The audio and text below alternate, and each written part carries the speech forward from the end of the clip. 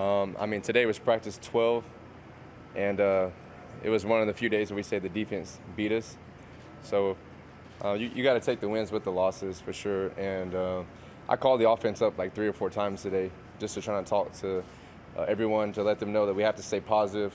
We have to push through adversity. We need, quite honestly, we need more people to speak up on offense. We got me and Travis Vokalek and Turner Corcoran, but we need more guys to speak up. I think that the defense does a great job of having a lot of voices, a lot of leadership. So I would say just, I told everybody today, just pick each other up and stay positive, keep encouraging each other. It doesn't matter if it's hot, it doesn't matter if it's the first or the fourth quarter. We're going to be in a lot of different environments. And I told the team today we're going to play in Michigan, we're going to play in Dublin, Ireland, we're going to play in Lincoln, Nebraska. It doesn't matter where we're at, we have to stick together and we have to push through adversity. So overall, you like where you're at halfway through this camp or wherever we're at?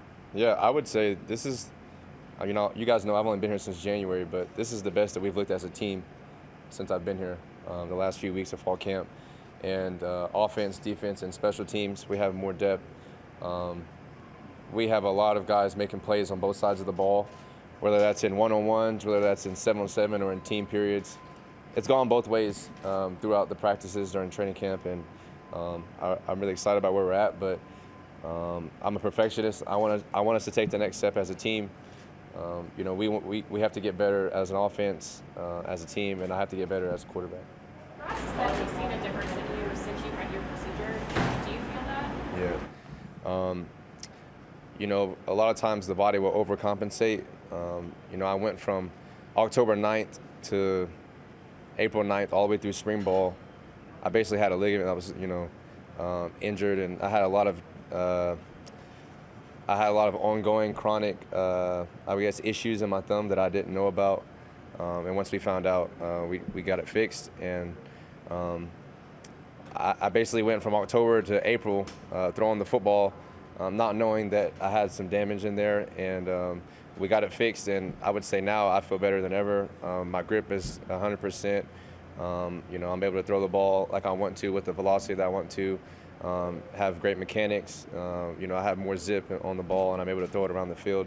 So I would say I probably was making it work just by compensating. From week 6 against Oklahoma in the second quarter, I threw a screen pass to Bijan Robinson on the left hash on 3rd down, and it was incomplete. And I basically probably tore and strained all the ligaments and muscles and everything in my hand. I didn't know at that time what the severity of it was, but like I said, everything is fixed now, and I'm healthy, and my thumb and my arm are stronger than it's ever been. I'm really excited about the way the ball is coming off my hands, and I think Coach Frost is right.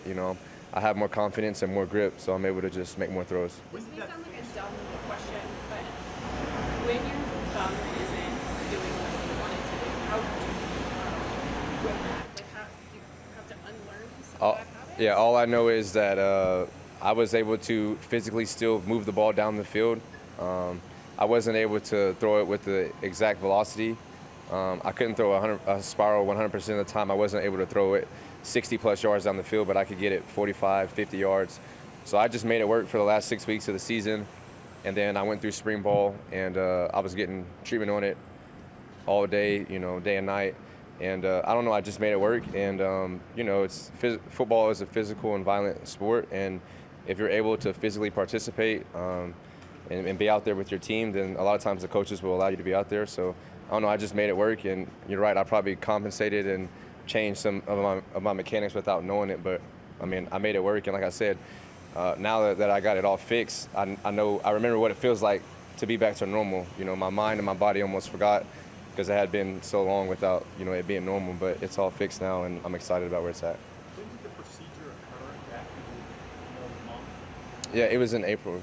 Yeah, so in the off season, sometime during our downtime after the spring game, and then in the summer I was back to throwing and doing stuff in the summer. So it wasn't a lot of downtime, and it was very minimal. And like I said, it was definitely needed, and I'm glad that I got it done because my body probably could have done it without the procedure, but I just think it was the best decision for me in my career to get it done, and also for this team. So. Casey, at what point do you feel like you went from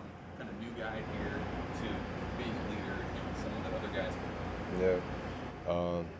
You know, it's a fine line when you come in as a new guy and you also are the quarterback.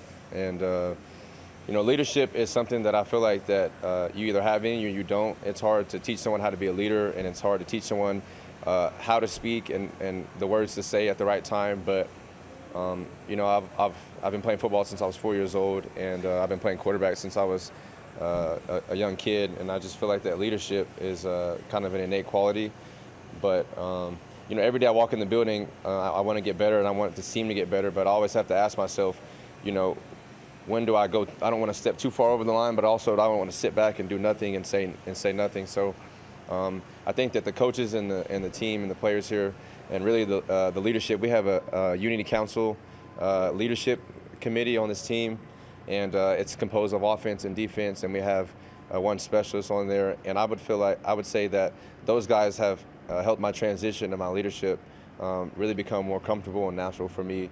And they've done a good job of taking me in and kind of allow me to lead when I need to lead. And also, I'm able to sit back and listen to Travis Vokalek and Garrett Nelson and Turner Corcoran and Nick and those guys. And I would say that the leadership that we have with the older guys on the team have probably been, those guys have been like my best friends, and they've helped me through everything so far. Are moments like today when there is some on-field adversity, is that when you can really maybe flex those muscles a little bit more as a leader?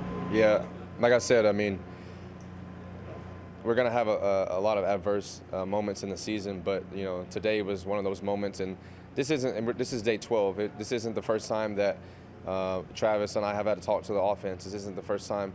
Even if we're having a great practice, I think it's also important to know that you don't have to have a low point in a practice or a game to talk. So I try to walk around and I try to give guys high fives on the receivers and the offensive line and the running backs and say good job. You know, I would say that really having a positive tone and a positive approach to even just keeping guys up. If we're doing good, keep going and keep staying positive. Or if we're doing bad, then trying to pick each other up. And that's the hardest because, you know, everybody's like, okay, you know, we're already getting beat, so we're just going to stay down here. But the coaches challenged us today to pick it up, and I was challenging each other as well. But like I said, we have to do better. I mean, it was our first practice in the stadium, full pads, right? I guess it's hot for people in the last year, at this time last year, we were having practices at 115 degrees in Texas heat. So today wasn't that hot to me, but I also don't weigh 330 pounds, you know, and I'm not a lineman, so can't speak for everyone. But today was a little bit adversity, and we have to be able to fight back. Your relationship with Marcus Washington kind of developed from when we were both at Texas to kind of now. Yeah, I would say that our relationship has continued to grow, and it feels the same Marcus that I knew at Texas, but he's better now. Honestly, he looks quicker and faster than I remember seeing him. So I guess the strength and conditioning that he was doing down there worked out for him, and we're really good friends. And we were roommates with each other last year. Every time we went to the hotel at Texas, we were kind of roommate buddies on Friday nights. So we talk a lot, and we're very close. Trey Palmer and Marcus are probably my good friends. But Marcus is doing a great job, and he's really staying positive. He's picked up the offense pretty good. And I don't know, I've tried to do my best to just, translate the language. And when he first got here, it was funny because we'd have plays and we'd have stuff that we do. I give him a signal or a play that, you know, not Nebraska, but I give him like the old Texas play. And I say, run it just like this. Or you remember, if we see this look on defense, run it exactly how you did last year against Baylor, you know, in whatever quarter. So it's just nice to be able to have that experience and that camaraderie with Marcus. I have a broad question about just 2-minute drills. Like what, I'm sure you've run some successful ones in your career. What, as a quarterback, what makes you good at a 2-minute drill? What are you focusing on when you go out there for those rest plays in seconds? Yeah, 2-minute drill. I mean, obviously you have to understand the scenario and the situation. So usually it's less than 2 minutes, and you have to drive the whole field. It's either end of half or it's end of a game, and you need a touchdown or you need a field goal. And then you also have to ask the offensive coordinator, the head coach, or the special teams coordinator, where's the kick line? So you know as soon as you get over to the other side of the field, kind of where the kick line is and where we need to spot the ball. So I just say understand the situation and understanding football is important.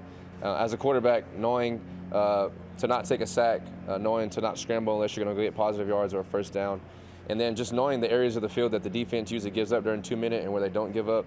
a lot of times outside the numbers, they'll give that up. They give up the underneath check downs. We've had 2 2-minute drills so far. I've gone 2 times. And the first time that we did it, we were not successful. We ran out of time. I think a few weeks ago, we got down. We drove the field for from the opposite 30. We drove down to the red zone. Ran out of time. Tried to hit a pass to Trey Palmer, and we ran out of time on 4th down. And then we had one just the other day where we needed a touchdown at the end of the game. It was 1 minute and 30 seconds on the clock. We had 1 timeout, and we needed a touchdown. He drove the ball all the way down inside the red zone, and the defense also stopped us. So, I mean, they're doing a really good job. We just ran out of time, and the coaches put us in a lot of adverse situations for our 2-minute drill. But I would say being smart with the football, understanding the situation, and just maintaining composure at quarterback is very important. Any more questions? We're good? Thanks. Thank you, guys.